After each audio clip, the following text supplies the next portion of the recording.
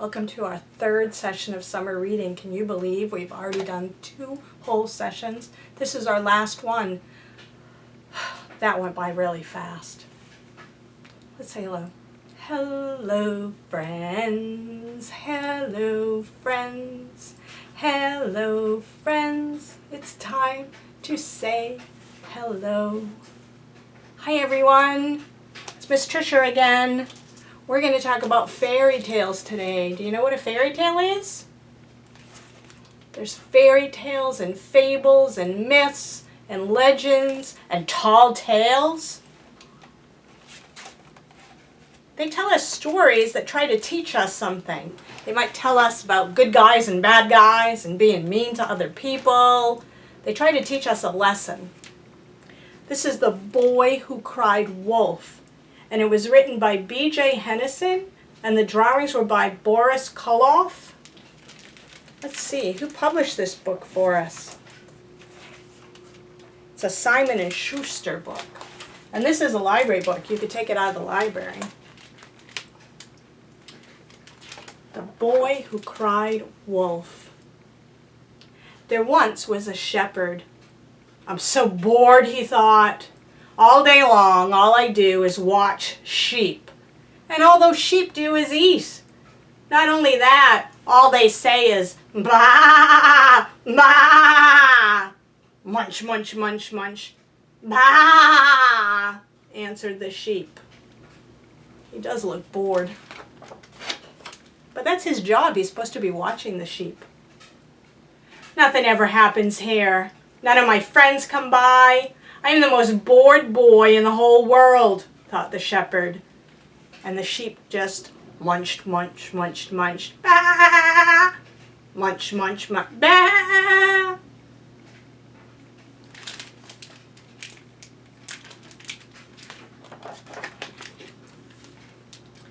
I wonder if the sheep ever get bored, he thought. He decided to teach the sheep some tricks. He has a blindfold on. That looks like a cliff. That does not look like a good idea. Walking around by a cliff without your eyes? That doesn't sound good. He expected the sheep would be happy to learn something new, but none of them seemed interested. They just went munch, munch, munch. Bah! Bah! Munch, munch, munch. What I need is a little excitement. What would be exciting? I know, he said. The shepherd boy jumped up from under his tree in the pasture, and he ran all the way into town yelling, "Wolf! Wolf! Wolf! There's a wolf after my sheep!" Uh-oh. All of the townfolk came running as fast as they could to help the shepherd. They wanted to protect his sheep. They looked everywhere for a wolf. There was no wolf in the pasture. There was no wolf on the hill. There was no wolf in the forest. He hadn't told them the truth, had he? One of the shepherd's boy friends stayed with him for the rest of the day to make sure that that wolf was really gone. That was a fun afternoon, thought the shepherd boy, because his friend had stayed with him. But the next day, his friend wasn't there. It was just him and the sheep. And you know what the sheep said. Munch, munch, munch. Bah! Bah! Munch, munch, munch. Life in the pasture was back to boring again. What do you think he's going to do? So the shepherd boy jumped up from under his tree in the pasture and he ran into town, this time yelling, "Wolves! Wolves! Wolves! There are 2 wolves after my sheep!" What are the town folks going to do? And just like the day before, everyone came running, lickety-split, to help the shepherd boy protect his sheep. But there were no wolves in the pasture. And they didn't find any wolves on the hill. and there were no wolves in the forest. They must have run away, the shepherd explained. One of the boy's friends stayed with him for the rest of the day, this time to make sure there was really not a wolf. That was another fun afternoon, thought the shepherd boy when his friend went home.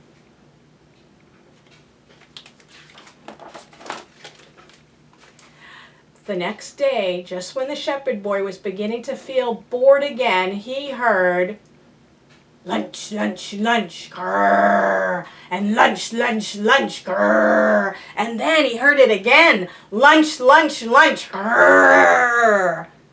What do you suppose that was? And there, by the edge of the pasture, were 3 big hungry wolves. And the sheep started running in every direction.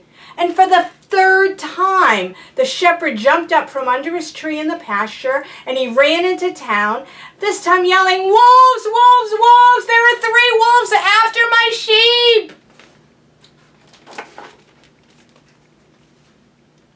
But this time, no one came to help. This time, no one believed him.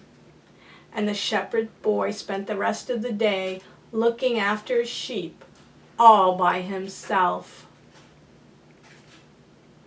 Uh-oh, I don't see any sheep. He's looking all over. I wonder where they went.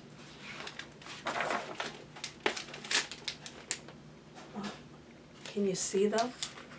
They're hiding up in a tree because this time there really was wolves there. So what happened to that boy? He kept telling his friends that there was something after his sheep, and then when his friends went to help him, there really wasn't anyone. So then they stopped believing him. What do you suppose that lesson is? This is a book called Aesop's Fables. Fables usually tell us a story of something we can do. It's a life lesson. The Lion and the Mouse. A lion asleep in his lair was awakened by a mouse that was running over his face. Losing his temper, he seized it with his paw and was about to eat it. The mouse was terrified, and he pleaded with him. "Please, please let me go," it cried. "Please don't eat me. One day I will repay you for your kindness."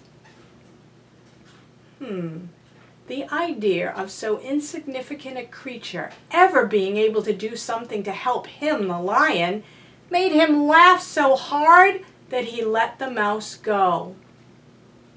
He didn't think that little mouse could ever help him. He's a great big lion. But the mouse's chance came soon after. One day, the lion got entangled in a net.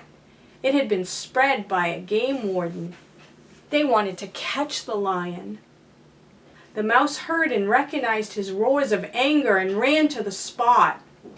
Without more ado, it set to work and gnawed the ropes with its teeth, and it succeeded in setting the lion free.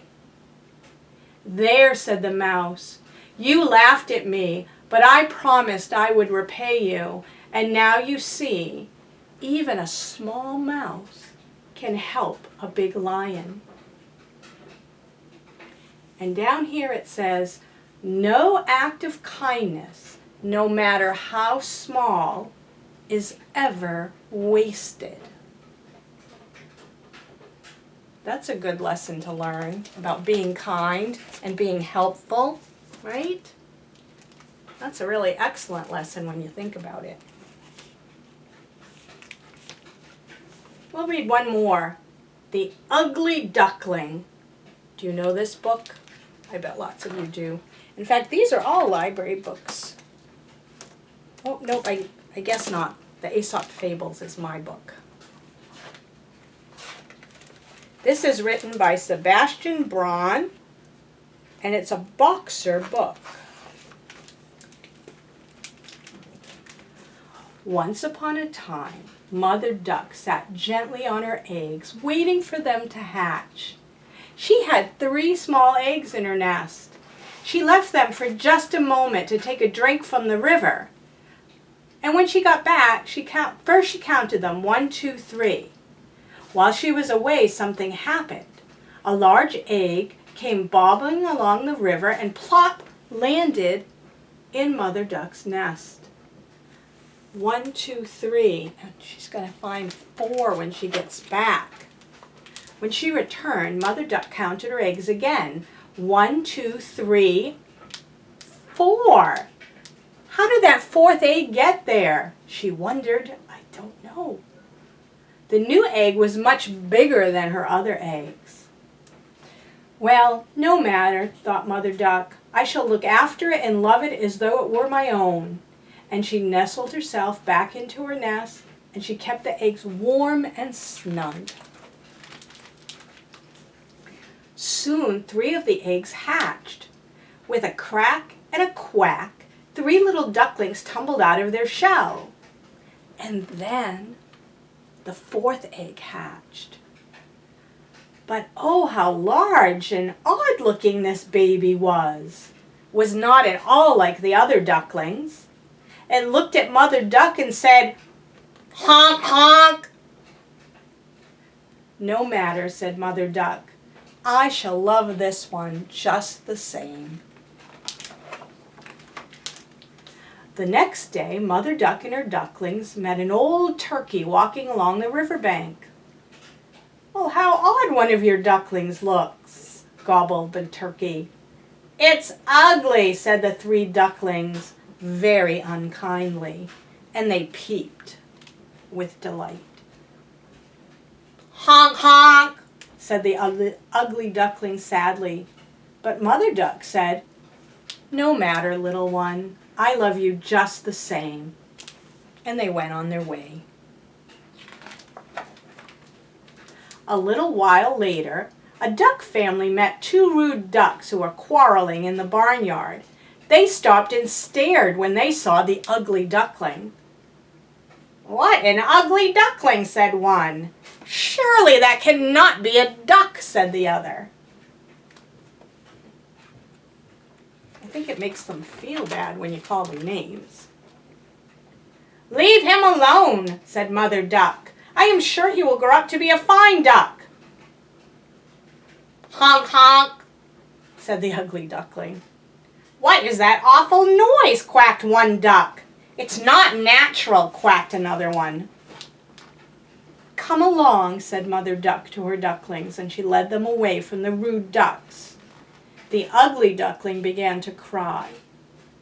"Don't cry, little one," said Mother Duck. "I love you just the same." Then the ugly duckling came upon 2 hens pecking at seeds on the riverbank. When they looked up and saw him, they clucked and they squawked and they clucked again.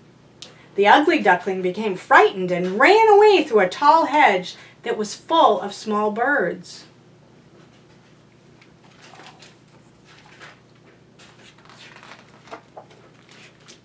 "Come back," called Mother Duck. But the ugly duckling did not hear her. The small birds nestled in the hedge took flight. "This is because I am so ugly," thought the ugly duckling, and on he ran until he was all alone. "I shall hide from the world," he honked. And soon the days grew shorter and the winds got colder and winter came. The ugly duckling was on his own, and he had grown up. Time passed and days grew longer. The winds blew warmer, and soon spring arrived. The ugly duckling hid himself in the tall green weeds beside a stream. "No one wants me," he thought, and he began to cry. Honk, honk, honk. Just then, A flock of beautiful swans passed overhead and heard his sad little honks. A black swan flew down beside him. "Come join us," honked the swan. "You want me to join you?" said the ugly duckling. "Honk, honk, of course," honked the swan. But I am an ugly duckling. No one wants to be with me," said the ugly duckling. "Honk! You are a swan," honked the swan. "A beautiful swan." "Me? A swan?" honked the ugly duckling. "Take a look at yourself in the stream and you will see. You are a swan just like me," honked his new friend. And the ugly duckling looked into the stream, and sure enough, looking back, was a beautiful swan. The ugly duckling spread his wings and honked for all the world to hear. "I'm not an ugly duckling, honk, honk," he honked. "I am a beautiful swan." "You don't quack like a duck, and you don't waddle," said the black swan. "You glide and you honk, like me and all the other swans."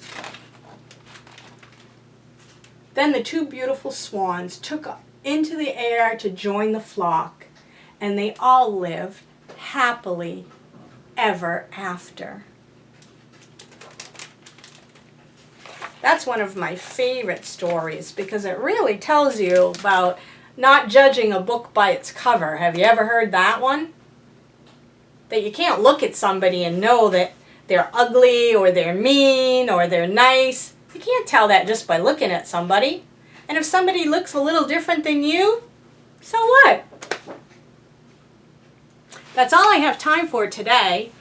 I'll see you again next week. Shall we say our goodbye song? Goodbye, friends. Goodbye, friends. Goodbye, friends. It's time to say goodbye.